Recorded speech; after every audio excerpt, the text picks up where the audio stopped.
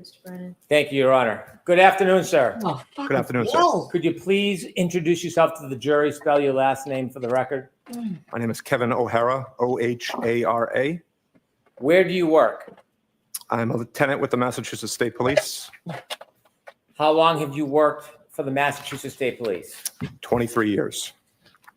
When you began your career, come on, what someone's was your role gotta do with the the line. Massachusetts State Police? Frankly, my I dear, was I assigned don't as a give a trooper, damn. patrol trooper, working out of several barracks across the state. Did you have to have any special education or training before you became an official Massachusetts State Police Apparently trooper? not. Yes, I did. We went to a 6-month academy in New Braintree. How long were you on patrol for? I was on patrol for 17 years until I became a sergeant in 2018. So 16 years, became a sergeant, then a lieutenant. In those 16 years, did you have any additional training after basic academy? Yes, continued training throughout the years, additional training. Eventually, I wound up joining a search and rescue team, went to search and rescue training. Tell us a little bit about search and rescue, what you did and what you do. I'm the team commander for the State Police Special Emergency Response Team, which is known as CERT. I'm also the search and rescue coordinator for the state of Massachusetts. As a team, we conduct monthly trainings, at least twice a month, where our team will come together and train. We've been to trainings all across the country to hit national training standards. Do you have any particular roles when you look for certain types of things? So for CERT, we have 3 main mission types. We will do lost missing person searches, we will do evidence searches, and then we also do crowd control or security at large scale events such as the Boston Marathon, the July 4th celebration. We get assigned to Gillette Stadium for all the events down there as well. You mentioned that you work, part of your work is looking for missing persons. Yes, sir. Did you receive any specialized training, have any special experience looking for missing persons as far as training technique? Yes, we get certifications through NASAR, which is a National Search and Rescue Organization, NUSAR, which is a New England-based search and rescue group.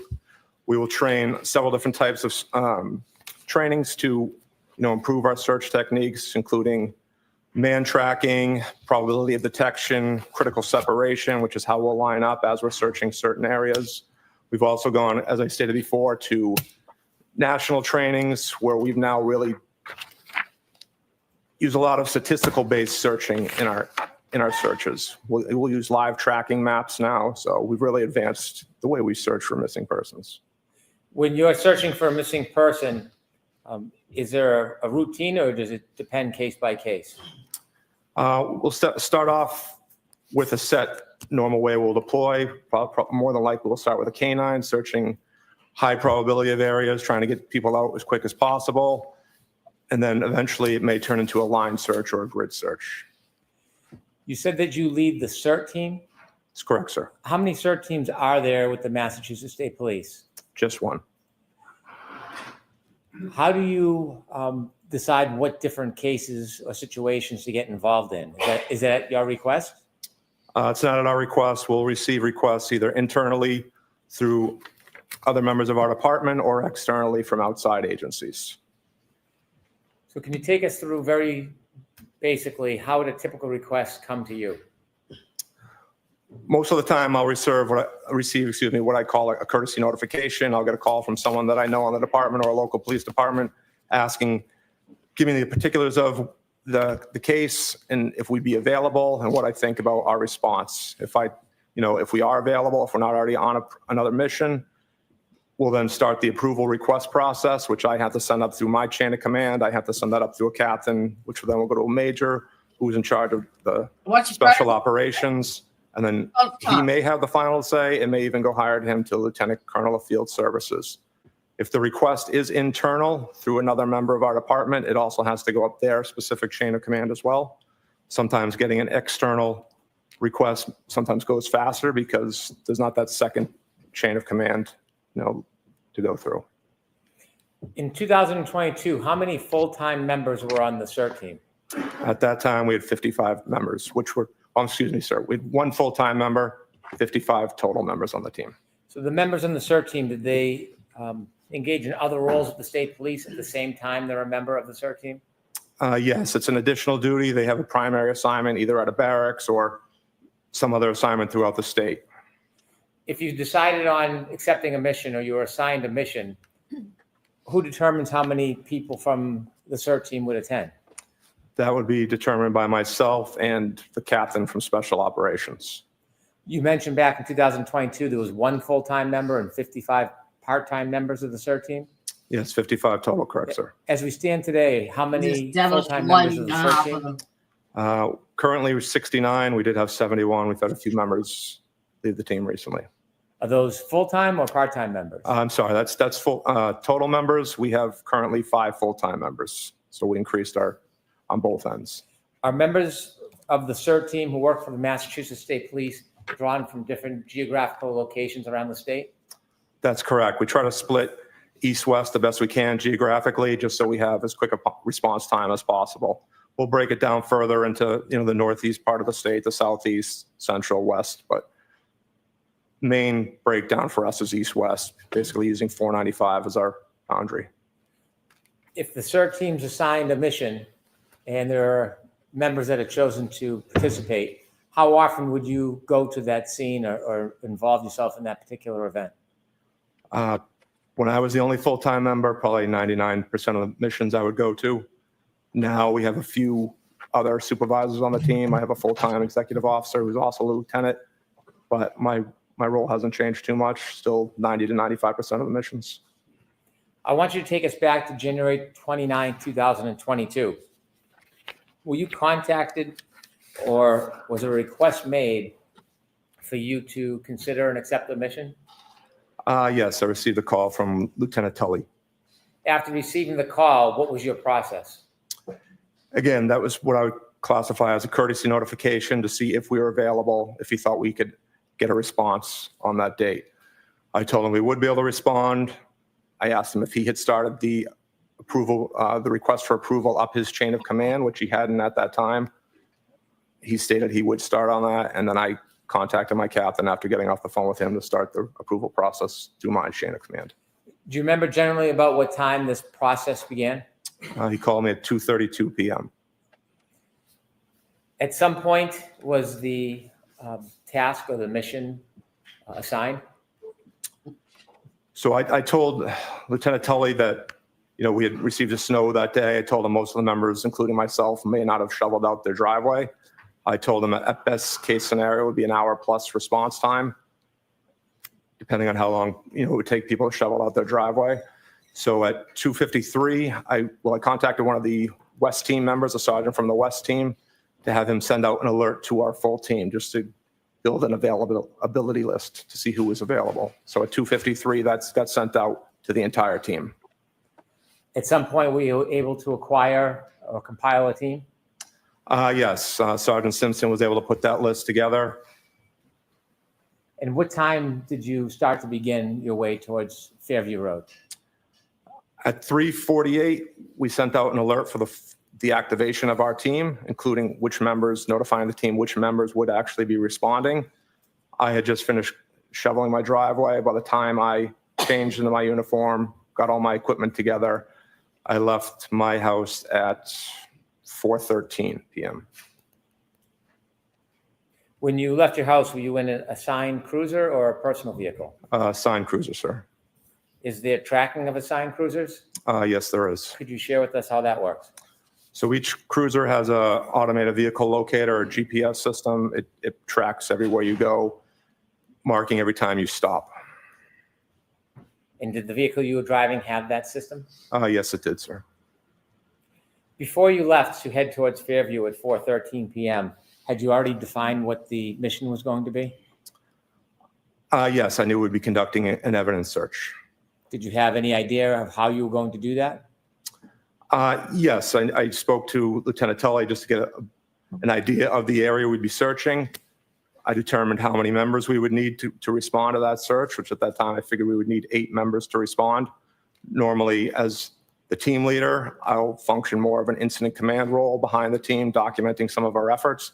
So we dispatched 8 members to the scene. Unfortunately, due to the snow, one of my members was not able to respond. So we only had 7 members officially arrive on scene, including myself, which change the dynamics a little bit of our search, but nothing major. How did it change the dynamics of your search? Well, like I stated, normally I would stay behind the line of searchers, documenting what they do, more of as a command role. But because we were one member short, I wound up participating in the search more hands-on than maybe normal. Did you ultimately actively participate in the search firsthand? Yes, I did, sir. Tell us about when you first arrive at 34 Fairview and you get out of your cruiser. What's the weather like at that point? Still snowing. What's the temperature like? Very cold. Visibility? It was windy, but no real issues for us to see as we were working. Was there a particular area you were looking at? Yes, once I spoke to Lieutenant Tully, we wanted focusing on a specific area to search. What time did you arrive at 34 Fairview? 4:56 p.m. Did any of your team arrive before you? Just prior to my arrival, one member arrived at 4:54 p.m. And do you remember who that was? It was Trooper Jason Bousselet. Were there other members that arrived after you? Yes, there were. Did you wait until the entire team was there before you began? No, we did not. The other members that arrived, do you remember who they were? Yes, I do, sir. Do you happen to remember when they arrived? Yes, I do, sir. Could you share that with us? Trooper Blake Bearden arrived at 5:21 p.m. Sergeant Charles Luis arrived at 5:24 p.m. Sergeant Michael O'Brien arrived at 5:24 p.m. Trooper Scott Viscardi arrived at 5:34 p.m. and Sergeant Anthony Carrier arrived at 5:41 p.m. How many times did you practice that in the ground? When you first arrived at Fairview and you looked at the scene, did you have any personal knowledge where any person had been in that area? No, I did not. Did you learn generally that a man was found in that area? Yes, I did. Did you have any photographs or precise location of exactly where that person had been found? No, we did not. Did you have a general area that you were directed to? Yes, sir. Any landmarks you can share with us in the general area where you were going to be focused on? There was a flagpole in front of the residence. There was also a fire hydrant in front of the residence. Who made the determination of the scope of the area that you would search? I made the final markings of the distance we wanted to search, but we were guided by Lieutenant Tully's information he was able to provide for me. How did you decide the depth and the broadness of the area you were going to search? He That's what she did. informed me that there was a vehicle involved in the incident. He told me where that vehicle had been parked. So we wanted to make sure we started prior to where that vehicle was parked, which was almost adjacent to the front door of the house. If you were to look at the house we were at 34 Fairview Road, you don't say there was two front doors, a main front door and then a secondary front door at, closer to the garage, whether that's a mudroom or a den. So he'd stated the vehicle was parked almost directly across from the main front door, which again, looking at the house, that's on the left front door. So we marked off that as our starting location and we wanted to search down to the fire hydrant. Were you looking randomly or was there any specific items you may have been looking for? No, we were instructed that it was believed that the vehicle may have had a broken taillight. So we were looking for taillight pieces. We also were informed the victim in this incident was missing his shoe. So we're going to be looking for his sneaker as well. What tools did you and your team bring to begin the search? We brought shovels. We also brought push broom. I brought a couple of garden rakes. And we also were all equipped with headlamps, hiking lamps that you would wear. Were the headlamps the only lighting you had for the search? Once we began the search, we wound up turning a few of the cruisers around just to put some extra headlights on the scene. Were the cruisers parked so they were facing the yard? They were parked on the street, just covering the streets. They're not angled towards the yard at all. I want to ask you some questions about the tools you brought. You said you had shovels, some garden rakes, and brooms. Yes, sir. What was the purpose of the brooms? Just to help us sift through the snow very carefully. We want to be slow and methodical as we went through the area. How about the shovels? Were you concerned that if you used the shovel, you could hit an item and break it? Yes, but we went as slow as we could, layer by layer, as we moved down throughout the snow. When you use shovels, were you digging like you would dig vegetables in a garden? No, sir. Could you explain a little bit about the process before we get into the actual search of how you as a team would look through snow? Would you just pick it up and turn it over, or was there a process in You place? chop it up and you No, eventually we wound up going again, our searches, we'll call it a grid search, but it's a line search where we're all lined up. Again, talking about critical spacing. If we're searching for a particular item on a search, we may use a replica item to say, okay, how far can each member be away from each other? Because this was such a small search area, our members lined up almost shoulder to shoulder. Once we were on a line, we would slowly move forward, each member taking out snow, sifting, small layers, sifting it out at their own feet with a right flank along the curb in front of the house. That snow would eventually get moved out to the street where I was standing. I was the left flank on our line. I would then re-go through that snow, make sure we didn't miss any items or by accident carry an item that we were looking for over towards the middle of the street. Once I was satisfied there wasn't anything there, I would take that snow and throw it across to the other side of the street. Before you began the search, did you have a chance to look around at the surroundings, including the street, the berm separating the street from the yard, and the area you were going to look at? Yes, I did, sir. Did you see any evidence that there had been any plowing before you arrived? Yes, the plow had come through the area. The plow had not gone curb to curb, so we had a good 3 to 4 foot embankment coming off each curb.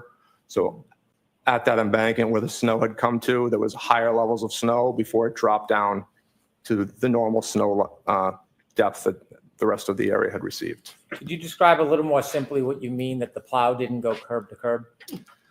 So again, the plow had probably only done enough distance for maybe 2 vehicles to safely pass each other, not enough to go all the way to the curb on each side of the street. As we wound up parking, the responding members, as they wound up parking in the snow closer to the curb, and at the end of the night, several of the cruisers were stuck. We had to push them out. When you looked at the snow that appeared to have been pushed by the plow, did that snow that had been displaced reach the berm, the separation between the street and the yard? No, there was 3 to 4 feet between the edge from where the plow was to where the curbing in front of the house was located, sir. The area where you searched or where you were pointed to where Mr. O'Keefe was in that general area, did it look like any snow from any plow had reached that area? No, it did not. When you began the searching, do you know what time it was that you actually began searching? I've come about We this. moved my cruiser and Trooper Boussolet's cruiser at 5:20. We had started gridding off where we wanted to search, but at 5:20, that's when we moved our cruisers to put the headlights on. That's right. Trooper Bearden and the 2 sergeants arrived quickly after on scene. So by 5:24, we started, all 5 of us were lined up shoveling. When the 2 other members arrived on scene, they just joined in on the line to help us move. From when you first arrived at 4:56 p.m. to when you began the search at 5:20 p.m., did you see anybody enter the area that you were going to search other than you or a CERT team member? No, they did not. Were there other people in the area outside the scene of the grid that you were going to search other than you and members of your CERT team? Lieutenant Tully arrived on scene. Was there anybody with Lieutenant Tully? At one point, he had several other people with him. Maybe, I believe, 5 throughout our search. Maybe 5 different people, including him, were on scene. Were those people part of state police? At least 1, maybe 2. Unfortunately, I don't recognize all 2,500 members on our department, but there were probably about 5 total people on scene, sir. Was there somebody who was picking up any evidence that you may find and putting it in bags and preserving it? After we found located evidence, it was documented on scene by the detectives. So you yourself were not documenting? No, and again, that's maybe a little change in the dynamics. If I had been more of in an instant commander role, I probably would have documented time, location, again, for our internal records. The primary record will always be at the hands of the detectives. But because I was actively searching, the detectives handled all documentation. Surely they could write that. Did you see somebody from the state police putting evidence in bags after it was pointed out to you? Yes, sir, they did. When you began the search, what part of the street or yard did you begin with? We started where we were informed the vehicle was parked, which again was by, almost directly across from Did the they front door of the clean house. anything else out And we began before? working south towards Chapman Street. Didn't even bother looking for anything else. During the process of the search, if somebody were to find a piece of evidence, what was the process? What would happen? He would notify myself and Lieutenant Tully, and we would stop our operation until that was documented by the detectives on scene and collected. You're very Do solid. you know what time the first piece of evidence was found? I believe it was 5:45, sir.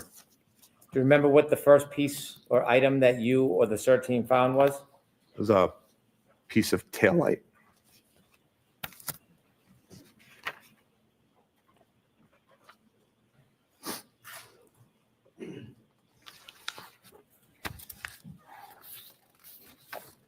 May I approach, Your Honor? Yes.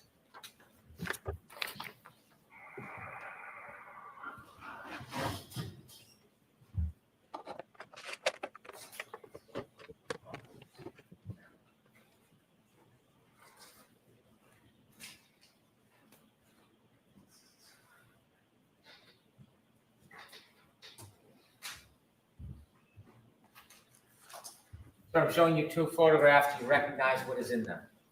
First one, Yes, sir. what is that? It is a piece of clear lens from a taillight. And the second photograph? It's the same lens, just a little enhanced, closer. A close-up? Yes, sir. I move to introduce these two photographs into evidence. All right, so one is a close-up of the other, It is. so Madam Court Reporter will be the next plus A. 73 and 73A.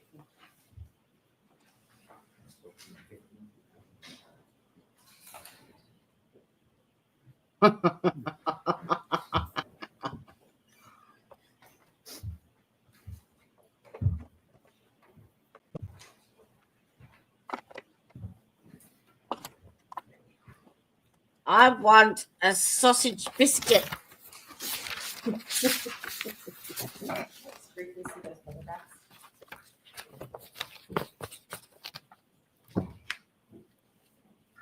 With the court's permission, could I show the exhibits? Yes.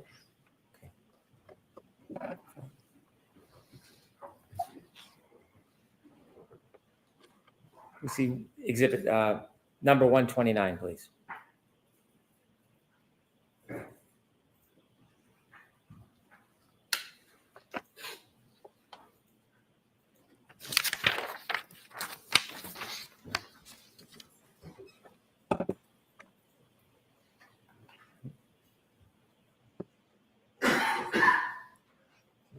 Oh. Doesn't have it.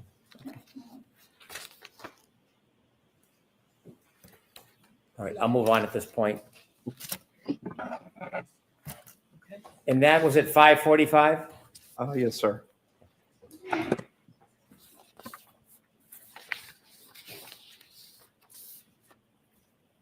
At 5:50, do you know if another item was found? I don't know the specific times. I know the first piece was 5:45, but again, I didn't handle the documentation and I have not seen the evidence log. Was there one? Inevitably, did you or your team find an item of clothing? We found the sneaker. Yes, sir. A sneaker? Yes, sir. Can you describe where the Sneaker, sneaker was sneaker? found? Sneaker was flush up against the curb and it was inverted upside down. Was there anything in the sneaker? There was snow on and inside the sneaker. May I approach? Yes.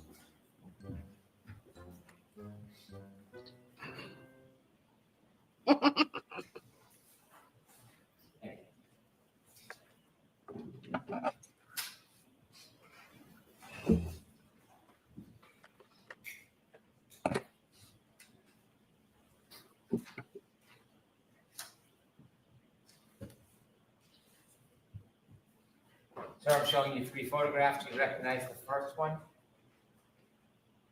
Yes, sir. That's a photograph of the sneaker we recovered. And where is it located in reference to the berm? It's directly up against the curb. Can you show, take a look at the second photograph, please? What do you see? It's Yeah, a close-up picture of the same sneaker we located. And third photograph. Again, just a close-up, different angle photo of the sneaker we located. Thank you. All right, remove these 3 photos into evidence, please. All right, tonight in court reporter 74A.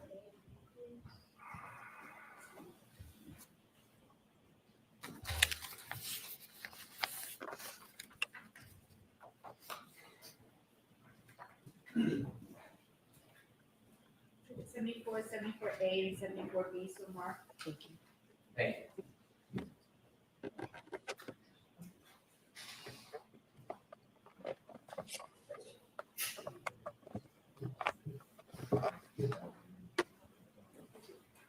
With the court's permission, could I show these photographs? Yes.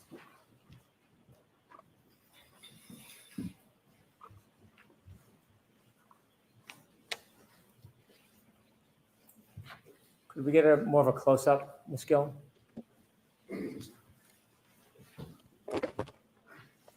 Sir, can you describe what you're seeing here? That's the sneaker we located up against the curb. You can see the snow in the background, and that's the flagpole in front of the house. And you can see it's still snowing at this time. Could we see 121, please? And sir, can you describe again what that is? Just a close-up photo of the sneaker we located up against the curb. Is that curb the black area to the right? Correct, sir. How high is that curb? I'm With all not that sure. snow, sir. pretty fucking high. Several inches. 122, please.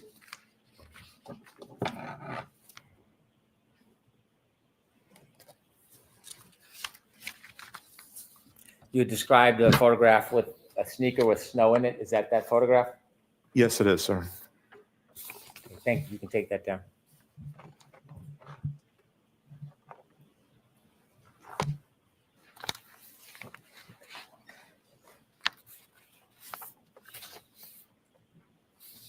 That night, do you recall if there was any other pieces of taillight recovered? I believe in total, we located maybe 6 or 7 pieces of taillight. May I approach, Your Honor? Yes.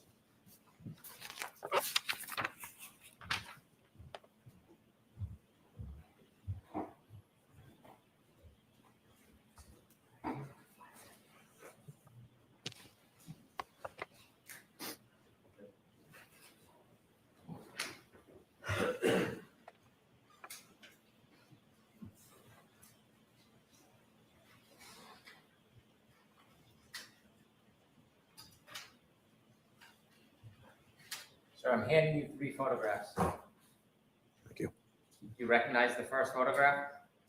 Yes, I do, sir. And what's in that photograph? It's a piece of red taillight that we located. Could you look at the second photograph, please? Yes, sir. What do you see there? It's the same piece of taillight that we recovered, just a close-up version. You can see the molding of an overturned shovel. That piece of taillight actually came up as one of our team members was shoveling. When he overturned his shovel, the piece of taillight was there, and you can see the actual molding from his shovel. And the third photograph? That is another piece of taillight that we located at ground level. A different piece?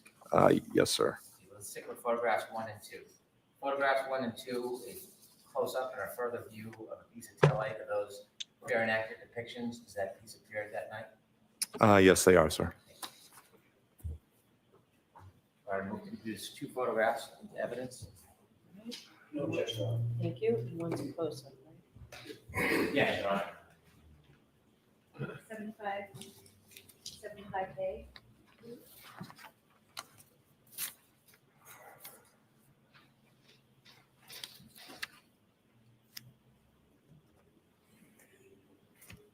So when these items were found, did you examine or study the depth of those items when they were found? I did not, sir. Gave them a glance when our team members told us we found something, and then Lieutenant Tully took over documentation. I returned to my Oh, place Tully. on our line. Do you know if any of the items were touching the ground or were they on snow? A couple of the pieces were found at ground level, touching the asphalt. Why would they be anywhere else but on the ground? And you said there was another item found that we just talked about? A separate piece of taillight? Yes, that was another, that photo you showed me was a separate piece of the taillight we located, sir. May I approach? Yes.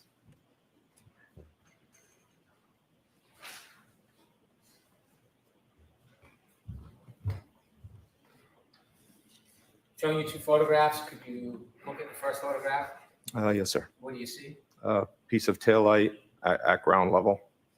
And if you could look at the second photograph, what's that? It's a close-up enhanced view of that same piece of taillight.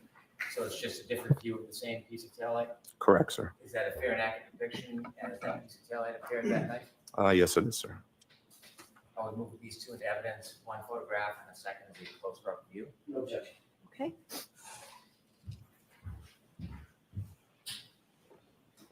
Exhibit 76 and 76A.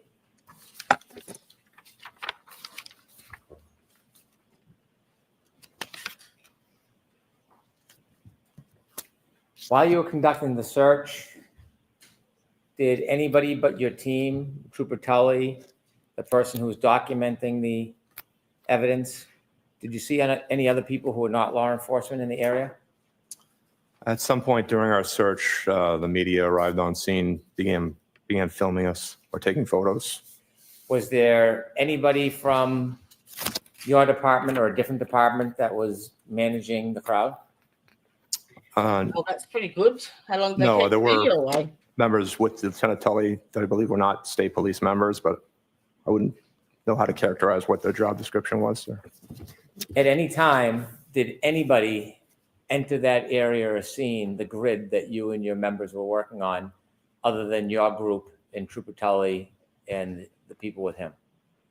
No, correct. Once What about the 12 we hours marked off our prior? area, no one came forward of our line. That whole search area was fresh, undisturbed snow as we moved through the area. Mm. And no one moved past our line, even when Lieutenant Tully and the member who works in his unit came to collect the evidence. They didn't move past the point we'd searched up to at that time. Why were you so careful about anybody coming onto your grid? We don't want to disturb our scene, but we also don't want to move forward unless we're all moving together, Well, you acting in obviously unison. did a shit job. Given you had brushes and rakes and shovels, did you get through every piece of that area?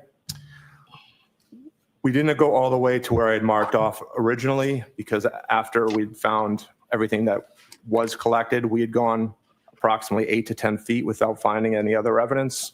Lieutenant Tully and I had a discussion. I think we determined we'd found everything we were going to find that evening, and we decided to suspend the That search. evening. Was it a search that took up the whole front yard and street of that area? Our focus was on the street. We really didn't touch the front yard at all. We started to go over the curb at one point to see if we could search the grass area, but we could not properly definitively say we were searching it well. As we started to move the snow, we couldn't really differentiate down to the grass Here level. comes the excuses now. How hard was the ground? It was cold, frozen, The ground was frozen. sir. And so not being able to Be able to see the search ground the being entire hard. yard, was Could there have a missed plan something. at that point? Did you just end your mission? So when we suspended our search, we'll always do a full team debrief, and we'll debrief with the person who requested our search. So, and at the end of our search, we'll come up with what we call our probability of detection. We'll give a baseline determination of what I think our percentage-wise, whether we would have found what we were looking for. We'll provide that. I did provide that to Lieutenant Tully. Told him there was a good chance we did not locate everything that evening, and we offered to return at a later date or time at his request. When you were looking generally for pieces of taillight in the sneaker, were you informed, did you have any idea how much taillight would be in that area? I did not know, sir. Was there any way for you to, at that point, Hello. identify exactly what you were looking for? No, we didn't have a photo of the taillight. I was never shown anything, so I wasn't sure how No, much took one. we were actually looking for. May I approach, Your Honor? Yes. No.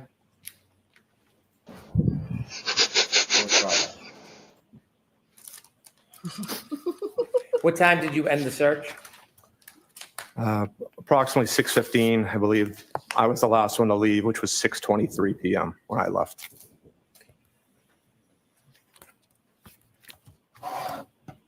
And so how long was the entire search? It was about 55 minutes. We started again around 5 20, ending around Oh, yeah. 6:15, sir. Is that old Doug's Do you way? know if any other colleagues or members went back at a later date? I've been informed that they did, yes, but not from my team, but other members of our department. I'll allow it, just move on. Did your team go back? We did not, sir, no. Thank you. I have no further questions.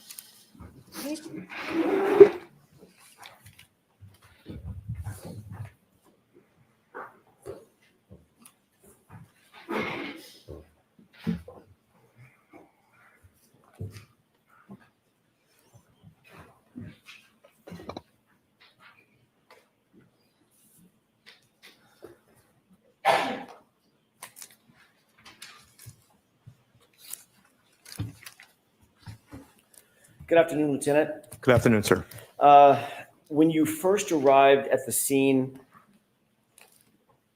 was there crime scene tape up? No, there was not, sir. Was there any barricade up at all?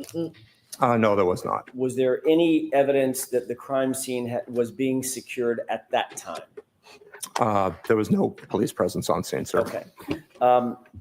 So that when you arrived, the scene had been left unsecured. Do you know how long it had been left unsecured? I do not, sir.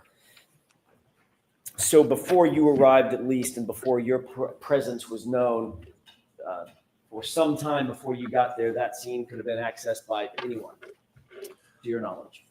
Well, I think the weather played a good help in us with the scene Well, security, question. because with that being fresh, undisturbed snow, and with the man tracking we do, we would be able to determine if anyone had access to that area. Of course, Off. of course. But you don't have any personal knowledge of anybody actually securing that scene for onlookers, bypassers, anybody that wanted access to it, they could have had it. Not that I'm aware of, sir. Okay.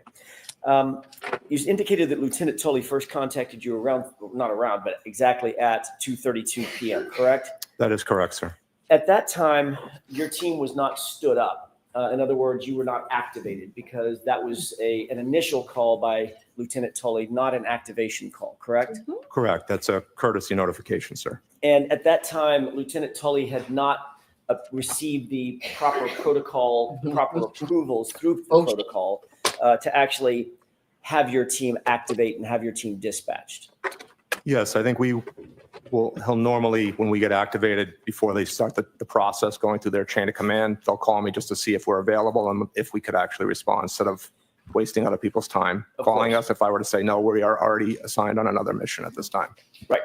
So around 2:53, you indicated that one of your subordinates, Sergeant Simpson, notified the rest of the team that get ready, but we have not been given the green light, correct? Correct, sir. Building an availability list of who could respond. Okay. That was just a kind of a precursor, if you will, for lack of a better phrase, to make sure that you had the available personnel. So when the green light, or if the green light came, you could activate. Correct, and to help start giving people the heads up to start shoveling their driveway. Like I said, as soon as I received that call from Lieutenant Tully, I hadn't shoveled my driveway yet. I went out and Well, I had to was go right. clean my driveway and my cruiser. And at the end of my driveway, we usually get plowed in by our plows. We had several feet of snow at the end of my driveway, sir. Lucky you. Yes. All right. Did Lieutenant Tully inform you in that first phone call that colleagues of his, Massachusetts State Police colleagues of his, were already en route to Dighton to retrieve or seize the SUV? He did not say that, sir. Did Lieutenant Tully inform you that Massachusetts State Police had actually contacted the Dighton Police Department for their assistance in potentially seizing that SUV? He did not tell me that, sir. Did he indicate to you, you indicated that your conversation was at 12:32. Did he indicate that he had just gotten off the phone with Dighton PD at 12:31, just a minute prior? Our phone call is at 2:32, sir. I'm sorry. I don't know if that can, Did I say 12:32? that's a different time you're looking to. 2:32, and he had just gotten off the phone with Dighton PD at 2:31. Did he indicate anything like that? No, we did not, sir. Okay. So we do know that at that 2:30-ish hour, you were not authorized to respond to the unit, to the location at that point. None of your units were en route at that point. No, neither one of us had requested approval through our chain of command at that time, sir. And you've already told us that you didn't head out until just after 4, sometime after 4 p.m.? Yes, my GPS data has me leaving my driveway at 4:13 p.m. Got it.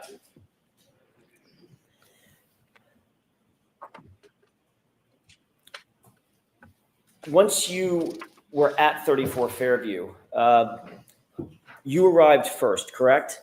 No, sir. Oh, I'm sorry, I mistook that. Tell me who did arrive first. Trooper Busalil arrived at 4:54, and I pulled in just after him at 4:56, sir. My mistake. When you first arrived, you were waiting others of your team to arrive as well in their personal vehicles or their marked vehicles, correct? They were all still en route at that time, yes, sir. When you got there, you did not know at that point where you were going to be directed to search, correct? I did not know, sir. All you knew was a residence and an address, correct? Correct. As your team members arrived, were they arriving in personal vehicles, cruisers, or some combination thereof? They were all arriving in state-issued cruisers. Okay, so all 7 of you arrived. There were 7 total, correct? Correct. We, again, initially started 8. One member was not able to get off the end of their street due to plowing, so we were 1 member short from the original dispatch. Understood. Lieutenant, when you arrived, given the fact that you did not know where you'd be searching, you've actually indicated previously that the flag. When I arrived, I parked almost at the end of the driveway of that residence, sir. Okay, was your tail facing the flagpole, or was your nose facing the flagpole? Tail was facing the flagpole. So sir. you pulled up to the driveway, I'm guessing from Chapman? Yes, Heading north? correct, sir. Yes, from Chapman. Okay, so you pulled over to the edge of the driveway, sort of on the wrong side of the street, I'm guessing. Same side as 34 Fairview, sir. Understood. So the area and the grid area that you ultimately decided to search and ultimately were directed to search, that was all behind you. Yes, it was, sir. And it was dark out, obviously. Yes, it was, sir. Getting dark. It was dark. It was winter, so it was dark at Okay. 5 o'clock. Your focus was certainly not on the area behind you at that point, correct? While As we a were matter of fact, driving, your sir? focus wasn't really anywhere, was it? Because you No. didn't know where you were going to search. Mhm. Correct, sir. Okay. Ultimately, your team members began to arrive one by one, and each one of them would stay in their car, or would they get out and come coordinate with you, like at your cruiser? No, as they arrived on scene, they would come out because Lieutenant Tully had already arrived on scene. He was technically the 3rd member of the state police on scene. Okay. So once he got on scene, I was already out talking to him, and I was marking off the area we were going to search. Understood. He ultimately, at some point, did direct you to a location behind you, which you were not currently focused on, toward the flagpole, the fire hydrant, you said. Yeah, I wasn't focused on any area at that time, sir, no. You marked those the areas out that Lieutenant Tully directed you to with some sort of grid coordinates, or was it just sort of a mental grid? No, I wound up marking, stepping it off in the area I wanted to search, sir. Did you use any string or rope or anything like that to physically grid the area off? No, I just marked a line in the snow, sir, where I wanted to Understood. start and where we wanted to end. And you did that with footprints? No, with the shovel, and made a mark where we wanted to start. and end, I sir. see. So sort of dragging a shovel in the line, Oh, in the just snow. where the berm was, sir, I knocked the berm down, made an obvious impression of where the shovel was Okay, at the starting location where ideally I wanted to end. perfect. You indicated that the area that you were searching was relatively undisturbed snow. You said that in direct examination, correct? It was undisturbed, yes, sir. But the street, everything from the berm in, the street had been plowed, correct? To a point, yes, sir. All right, and so that would be disturbed snow. Yeah, to a point, yes, sir. And what was the point? To where the snow that got plowed in, it all rose up just like the end of your driveway would. There was a good 3 to 4 foot high barrier on each side of the street. Baby. Once you were able to knock down that initial barrier of snow, the level of snow dropped down to the normal depths that you would have seen in anyone's front lawn at that time, sir. And is that what you're calling the undisturbed portion of the snow? Correct, sir. Okay. Lieutenant Tully told you that you were going to be looking for a man's shoe, a sneaker of some or a shoe of some sort, correct? He said sneaker, yes, sir. And he told you that you'd be searching for plastic, red plastic potentially from a taillight. Is that right? He said taillight pieces, yes, sir. Did he indicate that some of them would be red, some might be clear, might be a combination of the two? He didn't indicate a color either way, sir. He did direct you to where he believed you should search. It was his direction that sort of gave you your grid coordinates, correct? He indicated where the vehicle had been parked and where the victim's body had been located and suggested that was the primary area to search. Did he tell you whether or not he knew from personal knowledge where where John O'Keefe's body had been? He did not, sir, no. Did he tell you whether he had personal knowledge where any taillight material might be? He did not know, sir. Did he tell you that he had any personal knowledge where an impact site might have been? He did not know. Did he tell you that he had personal knowledge that there had been an impact site at the location? No, he just said he believed the incident involved the vehicle. Okay. One of your goals when looking at the search location was to obviously remove the snow as methodically as you could, correct? Yes, sir. You wanted to not only remove layers of snow, but then ultimately expose the layer beneath it with as little disturbance as possible. Is that right? Correct, sir. I think you noted that the plow had not plowed all the way to the curb, so the snowbank was sort of in the street, not in the yard, or at least a few inches from the curb line and not in the yard, correct? Correct, sir. As I stated, as some of the responding members parked, they were thinking they were parking in a safe spot in the street, and their cruisers wound up being stuck at the end of the night. And you and your team had some experience doing searches in snowy conditions, being from Massachusetts, I'm guessing. Missing person searches, we've never been out for an evidence search in this specific type of conditions, but we have done missing person searches. So this was the first time you and your team had executed a search of this nature in these kinds of conditions for these kinds of items. In blizzard conditions, yes, for an evidence search, yes. But you did indicate on direct examination that although it was blizzard conditions and the winds were high, and we've learned that windy conditions sort of define a blizzard in some respects, the visibility was relatively good. Yeah, with our headlamps, we had pretty decent visibility.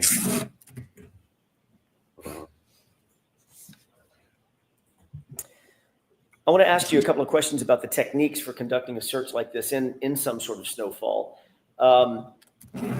Obviously, as a specialist in searches, one of the things that you put as the highest priority is documenting exactly where the search is conducted, what techniques are used to conduct the search, and what, if anything, is found and exactly where it's found. Correct? Yes, documentation of your search is important, yes, sir. You'd also want to document the time that things are found, correct?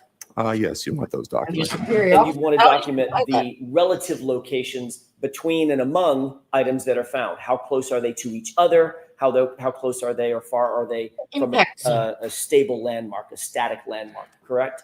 So we will mark items, sir. Okay. Measuring in between distances, they do get stamped when we mark our items. Measuring them would be at the discretion of the investigators themselves. And obviously that would be among the best practices to clearly document how a search is conducted, correct?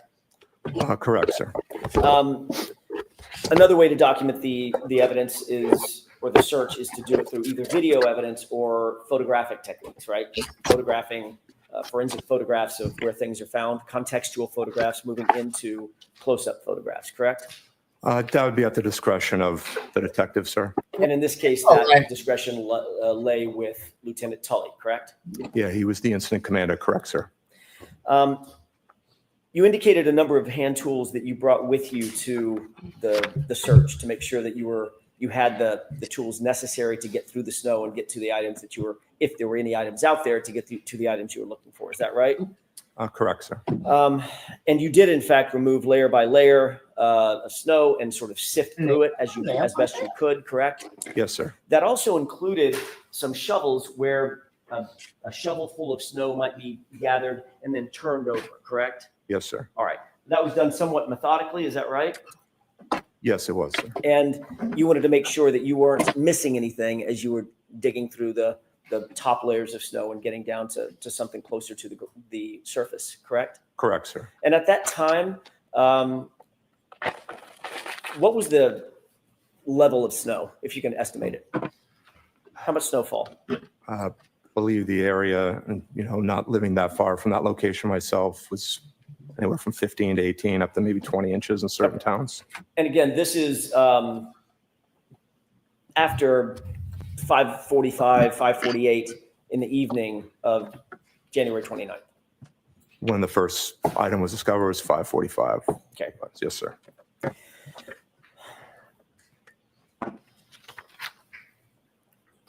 Obviously, a search of this complexity and with this many individuals and with those conditions required some level of significant coordination by you and your team, correct? Yes, sir. You had to account for all the personnel who were there, is that right? Correct, sir. That included, I'm going to go through a quick list: Bearden, Beausoleil, Carrier, Luis, O'Brien, O'Hara, you, and Biscardi. Is that right? Yes, sir. So there were 7 individuals, as well, Lieutenant, as 7 vehicles to account for, to make sure you're not driving over the wrong areas, walking over the wrong areas, standing over the wrong areas, correct? Correct, sir. And not only did you have to account for those 7 officers, each of whom arrived in their own vehicles, you also had to make sure that those vehicles were positioned in the right spot to make sure you don't drive over the area that you need to search and might be impacted by your cars, correct?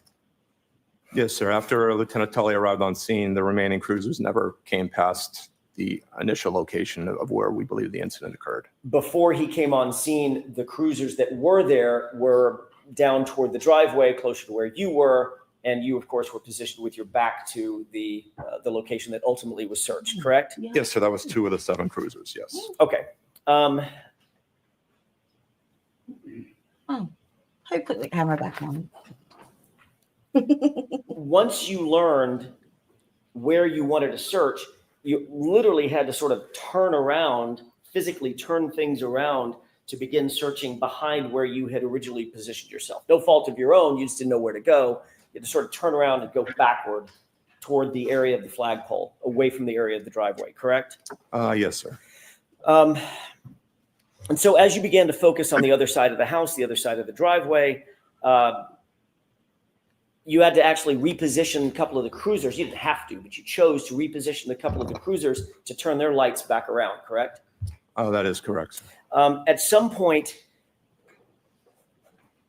you've indicated that there were other individuals who you noticed were at the scene. Is that right? Yes, there were non-CERT members on scene, sir. Okay. And those non-CERT members included, or they numbered, at least 5 individuals, not including Lieutenant Tully. Is that right? I believe that includes Lieutenant Tully, sir. I believe it was 5 total. Okay, so 5 does include Lieutenant Tully. There were 4 others that were non-CERT members, correct? Correct, sir. And those were members, I think you've earlier testified that those were members of either Massachusetts State Police or Canton Police or both. Is that right? I believe it was both, yes, sir. And you did not recognize those individuals? I recognize one of the state police members. I believe a second one was also a state police member that I'm not familiar with. Okay. And then 2 other members that I believe were Canton Police, but again, not familiar with them. And these individuals were obviously, it's dark. You're not paying attention to them. You're not paying attention to what they're doing. They probably have hats and hoods and gloves on, I'm guessing. Well, they didn't arrive on scene right away, so we were already well into our search before they even arrived on scene. The only one who was on scene originally was Lieutenant Tully. If you weren't paying close attention to those 4 officers, those additional 4 officers, how do you know exactly what time they arrived on scene? They weren't in the area we were searching, so they came on scene after we were already on our line searching, sir. So they may have been in the area, but you didn't see them until your line search had already begun and you made note of them, correct? Correct. I don't know when the exact time they arrived on scene, sir, but they weren't on scene when we started our search. Or they weren't in your vision when they started your search? No, they weren't on scene, sir. Okay. But you don't know, as you sit here, you can't say what time they showed up. I do not know, sir. And did they come at your direction? They did not. Did they come at the direction of any of your staff members, any of your colleagues? No, we did not request them, sir. Okay. So they were there for some reason other than why you were there. That's correct, sir.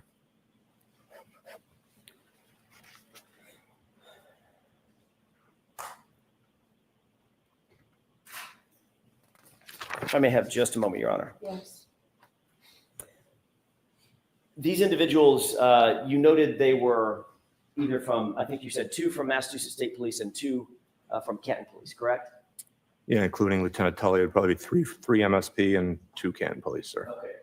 Excluding Lieutenant Tully, who was working very closely with you, the other 4 individuals, they were in full uniform or they were plain clothes? Plain clothes, sir.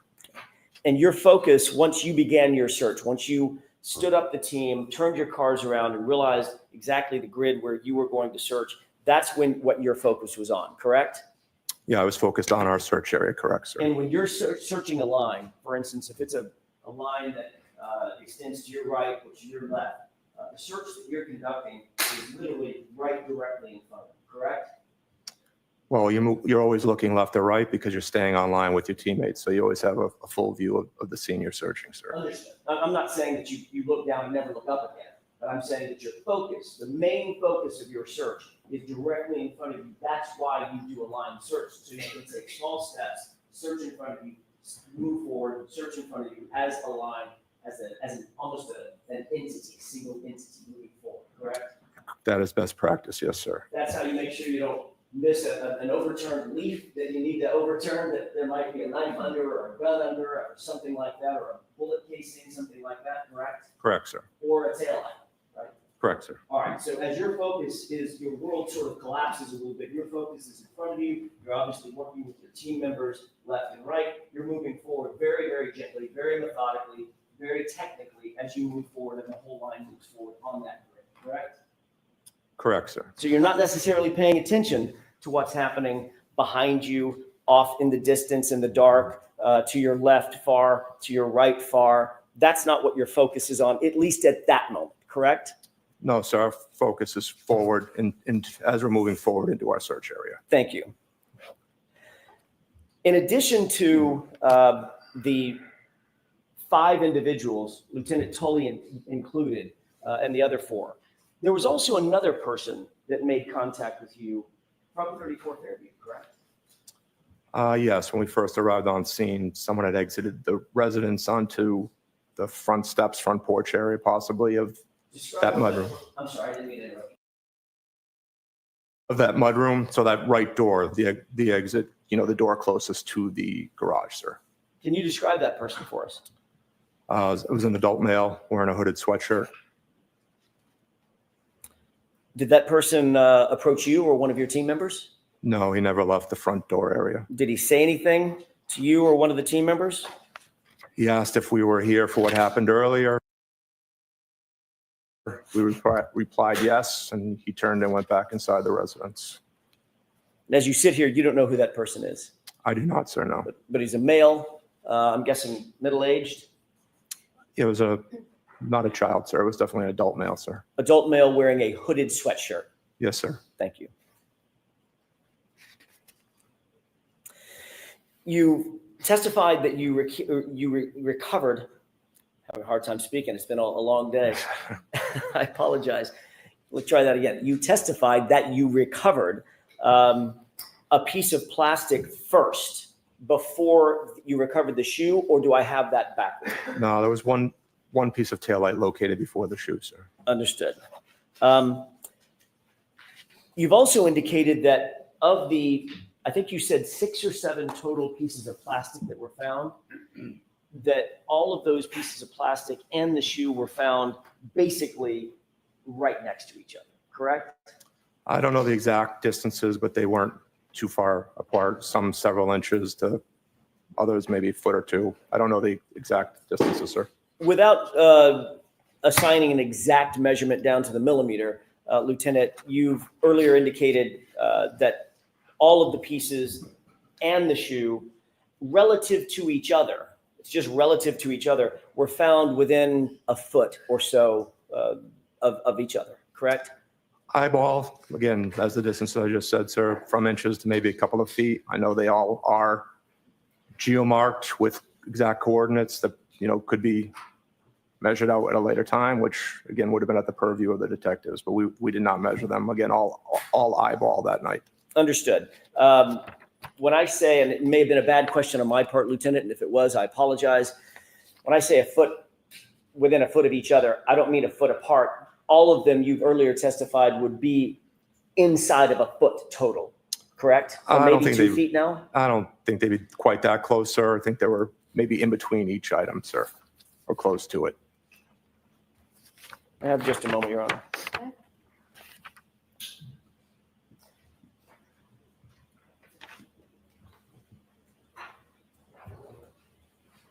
Okay. I know this isn't necessarily a memorization contest about your prior testimony, but do you remember testifying about this specific issue? Here I go again. I can't speak. This specific issue about a year ago, back in 2022 at a grand jury. Yes, I did, sir. Okay. Do you remember exactly how you described where everything was with relative May 5th? Is that a fact at the grand jury? Okay. Relative to each other, do you remember how you testified exactly? I believe I said within a few inches or a foot away. Yes, sir. Excellent memory. You've rattled off times and dates like I've never seen before. So it's exactly what you said. So within a few inches of each other, maybe a foot is what you said, correct? That's what I said. Yes, sir. Okay, so if it's maybe within a foot, this is an 11 and a half by 8.5 piece of paper, maybe an area a little larger than this, correct? Correct, sir. Okay.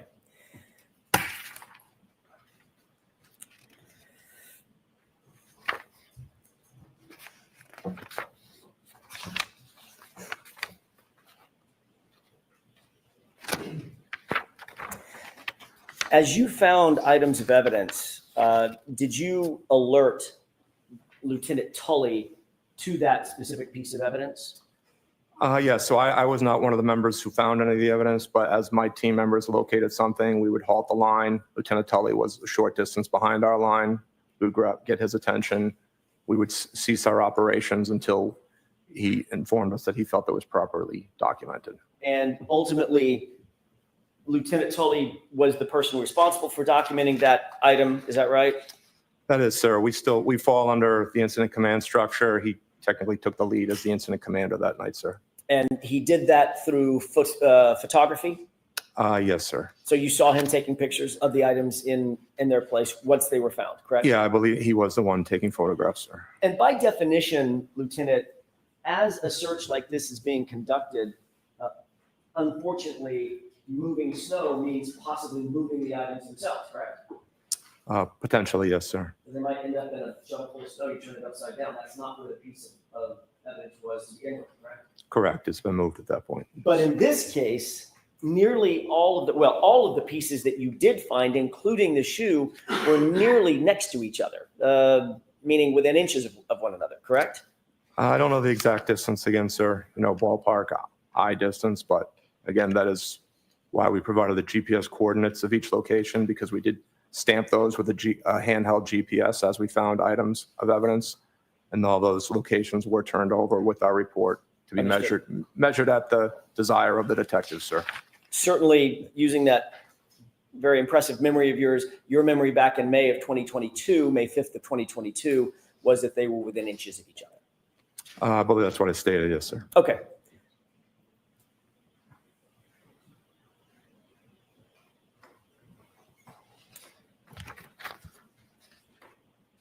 Ultimately, you indicated that the search, after about 6 or 7 pieces were found, as well as the shoe, the search was suspended just after 6 o'clock, correct? Approximately 6:15-ish, sir, we stopped. We'd gone, like I stated earlier, we'd gone approximately 8 to 10 feet further south on the road without recovering any other pieces of taillight. We knew we had already located the sneakers, so we decided to suspend the search at that time until possibly a future date. And you were never called back out to the scene by Lieutenant Tully or anybody else, correct? No, we were not, sir. And did you become aware that over the next days and several weeks, there would be 40 more pieces of taillight claimed to be recovered at the scene? Did you become aware of that or no? I was aware other pieces were located. I did not know that was the number, and I don't know exactly when I became aware of that. It was probably much later on, possibly. at this location when I learned that information, sir. And you don't know, as you sit here, you don't know whom it was that recovered those additional pieces, correct? No, I've never seen the evidence log, sir. And you don't know when those additional pieces were claimed to have been recovered. I do not know.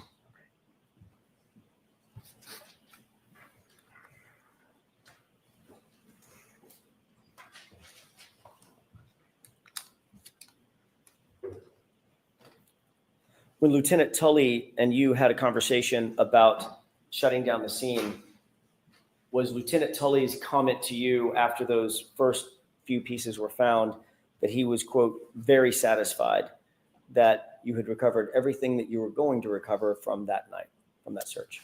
Objection. Sustained. Mr. Brennan asked you about the conversation that you had with Lieutenant Tully to shut the scene down, to clear the scene, correct? Yes, so we conducted a debrief and I gave him, again, as I mentioned earlier, we provide a probability of detection. I tell him what the chances are. I think we found our items we were looking for and we determined to suspend the search. Do you remember testifying last year that Lieutenant Tully indicated that he was very satisfied with what was found? I don't know if I used the word very satisfied, but he was satisfied that evening that we had found everything we were going to find that night, sir. May I have just a moment, Your Honor? Okay.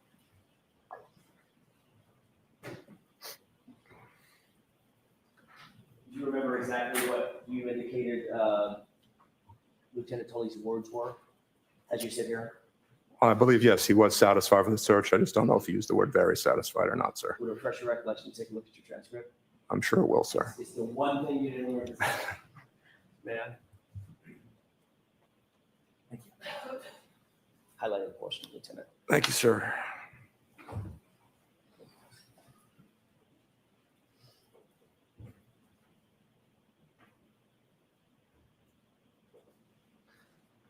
I'm just going on the date. Is this from last year or would this be from the grand jury, sir? June of last year. Okay. Yes, sir. So it does state here that I stated he was very satisfied with the search. Does that refresh your recollection that was the words that he used, or at least you remember him using at that time? Yeah, I believe, to the best of my recollection, sir. Fair. Fair. Yes. Thank you. Thank you, sir. Thank you, Lieutenant. May I have just a moment, Your Honor? Yes.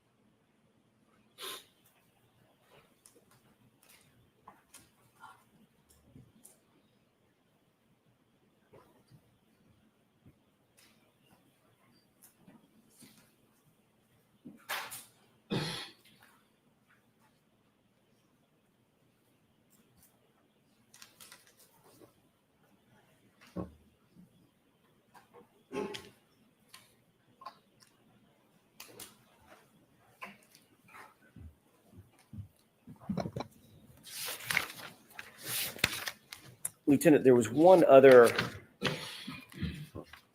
thing that I wanted to ask you about, which is you had indicated to Lieutenant Tully at some point close to 6 p.m. or so, it would be helpful if you and your team had a photograph of what it was you were looking for, correct? Yeah, I believe after we found the first piece or two, I asked him if he had a photograph that we could look at just to see how large of an area, So that how would- large of a piece we were looking for, sir. Yes. Fine. So that would just timing wise, if you found the first piece at 5:45, first piece or two, maybe 2 or 3 or 4 minutes later after that, maybe 5 minutes later. So let's place it at 5:50, close to 6, something like that. Yeah, probably between 5:45 and 5:50 possibly, sir. And you said to him at the time, it'd be helpful if we had a photograph of what it is we're looking for, correct? Yeah, I said that would help. Yes, sir. And Lieutenant Tully told you that the vehicle did not have a photograph because it was still en route from Dighton being transported to Canton, right? He did say he did not have a photograph and it was being towed back. Okay.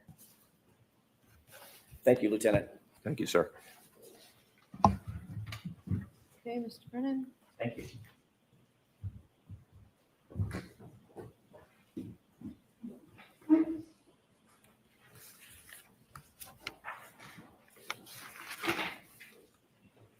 Sir, you mentioned that there were about 5 people not on your CERT team at some point arriving at Fairview Road or the area of it. Yes, that's correct, sir. 3 of them were Mass State Police. You mentioned Tully and 2 of his colleagues. Correct, sir. Did you see anybody taking photographs of the items that you found? Yes, Lieutenant Tully was taking photographs while we were there, sir. And did you see somebody putting the items in bags? Yes, they did, sir. Was that one of the 2 people that were with Lieutenant Tully? Yes, correct, sir. And you mentioned there were 2 Canton police officers. Were they part of the search? They were not, sir, no. Were they on the grid? They were not, sir. Did you ever see them in the area on the grid? I did not, no, sir. They were there. Were they involved in any way in the crowd? They weren't the only people that ever came on scene other than us, and those local officers were at some point, the media did arrive on scene. When you say on scene, is on scene different than on the grid? Correct, just in the general vicinity, sir. Did you know what the Canton police officers were doing? I do not know, sir. Did you ever see either of them ever come on your grid? They did not know, sir. Did you ever see anybody place or toss or throw anything onto your grid? I'll allow it. Did you ever see anybody place or toss or throw anything onto your grid? I did not know, sir. Did you ever see anybody intrude on the grid and leave an item? Choose a different word. Did you ever see anybody physically intrude upon your grid? No, no one did that, sir. You were asked about best practices memorializing. The person who was taking photographs. Hold on for a second. Slow down a little, Mr. Brennan. You mentioned best practices of memorializing items. And you also mentioned Lieutenant Tully was taking photographs.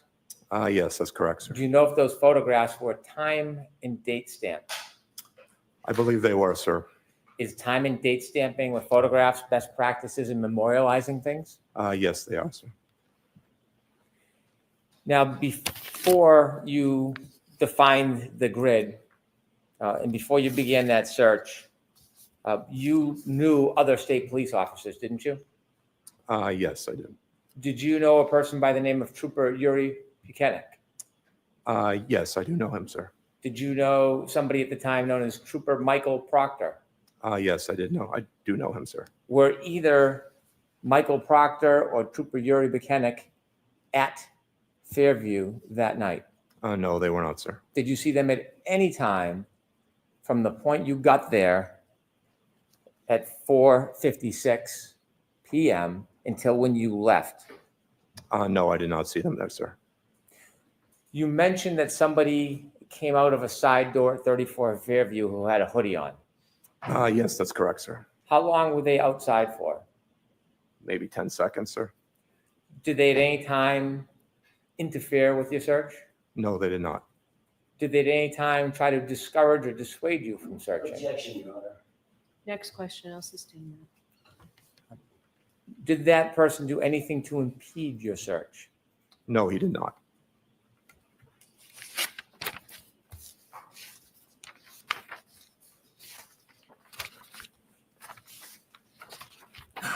You were asked about your conversation with Trooper Tully, Yes, sir. and he mentioned, or you characterized, he was very satisfied that what you had found, everything you were going to locate at that time. That's correct, sir. Did he ever suggest that he expected that you would not find anything else? No, he did not. Did he ever suggest that there was no other trace evidence there? No, he did not. Was there a discussion that he or you or other people may come back to search further at a different time? We offered to come back at a later date, and he just accepted our offer, but we were never contacted to come back, sir. When you offered to come back, was that based on your assessment that it was a difficult area to search? Correct. Again, as we talked about probability of detection, we'll base it on 10 different categories, give him a baseline percentage chance of it. Would we have found what we were looking for? I told him there was a good chance we did not locate all the evidence, asked him if he wanted us to come back at a later date, sir.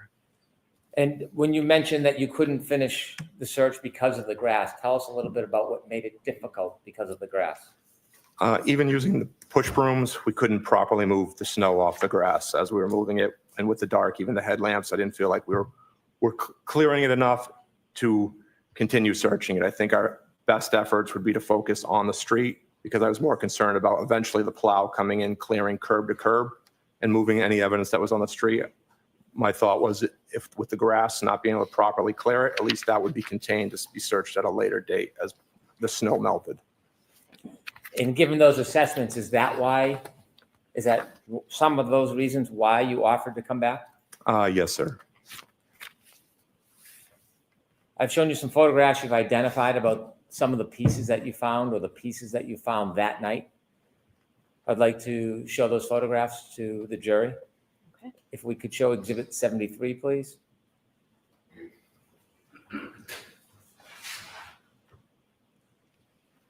Is that one of the photographs you identified earlier? Yes, it is, sir. Is there a chance, Ms. Gilman, that we could do a close-up of that? Can you describe what you're seeing? It's a piece of clear taillight. It's got rigid edges, some indentations on it, distinctive markings. Did all of the pieces you found have those type of markings on it? Not sure if they had those exact same markings, sir. I'd have to compare the photos. Was there different colors of pieces that you found that night? Yes, we also found pieces of red taillight as well. Could we see 73A, please? Without blowing it up, if you could go back. Is 73A a picture from further away of the same piece? Yes, that's what it appears to be, sir. Was it easier to see these pieces that night in person than it is in photos, or was there any difference in the ability to identify these pieces? Sustained. When you saw the piece from where you were standing, did it look any different than it does in this photo? No, it doesn't, sir. Can we see 75, please?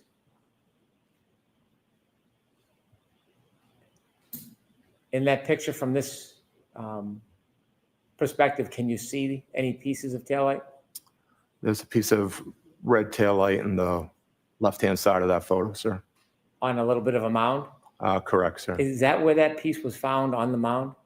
No, that's the photo, like we discussed earlier, sir, that came up with one of the shovels. And you can see when you get close to that photo, you'll see the actual molding of the overturned shovel. So it was scooped up and then placed on that mound? Correct. As the trooper overturned it to start beginning to sift through the different layers of snow, that's where he deposited that snow, sir. Could we get a close-up of the left side of that picture, please? Can you see the shovel marks near that piece?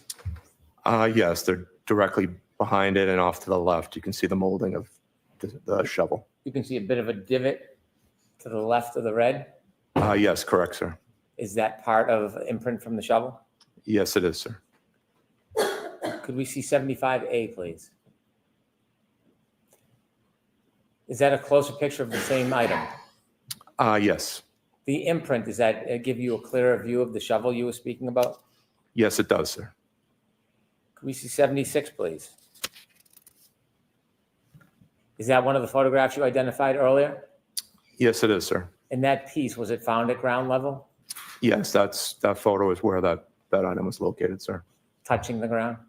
Yes, sir. Could we get a close-up of that, please?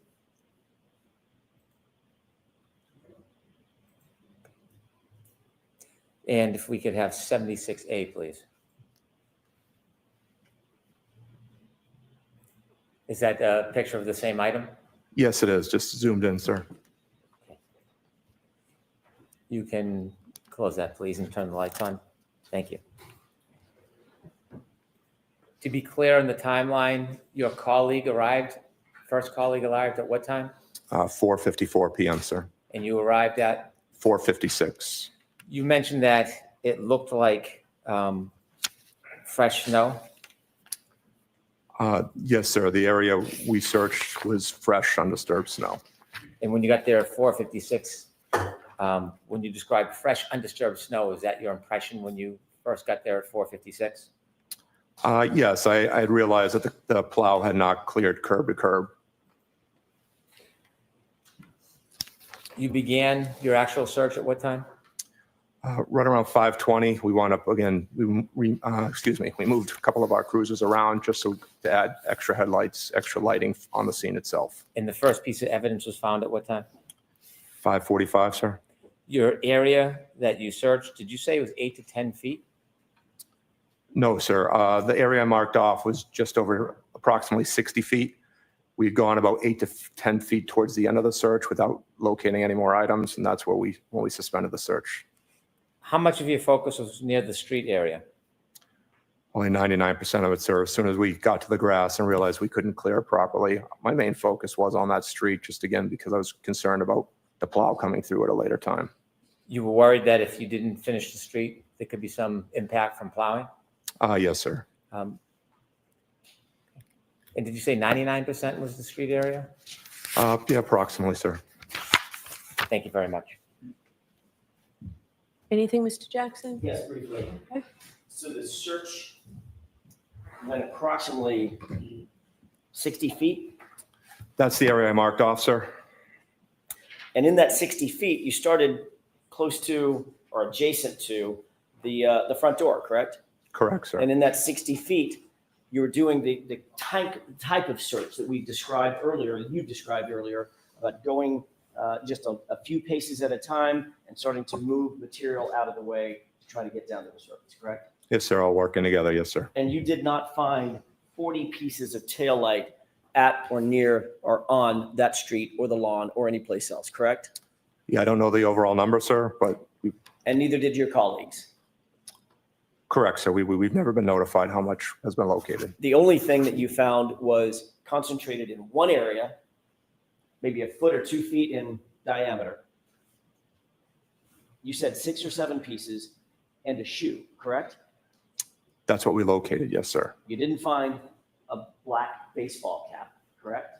We did not. No, sir. And in the photographs that we've seen, that's clearly not undisturbed snow, correct?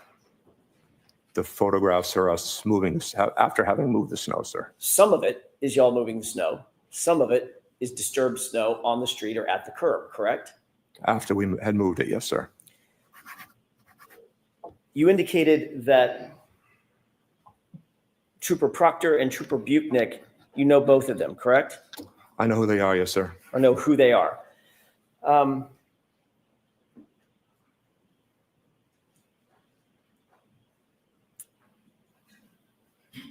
When Trooper Tully told you that the vehicle was en route and could not provide you a photograph at, let's call it 5:50 p.m., did he tell you that the vehicle had actually been secured at Canton PD about a mile and a half away at 5:35 p.m.? No, he did not say that, sir. Did you know through any other means that that vehicle was just a mile and a half away at 5:35 p.m. before you ever found the first piece of taillight? Did you know that? I did not know what time it arrived, sir. Thank you. Do you know what time Trooper Tully told you he did not have a photograph? It was sometime after we found the first piece, sir. So sometime after 5:45, sir. Thank you. All right. That's all I have. All right, Lieutenant, you are all set, sir. Here we approach. Okay. One up, please.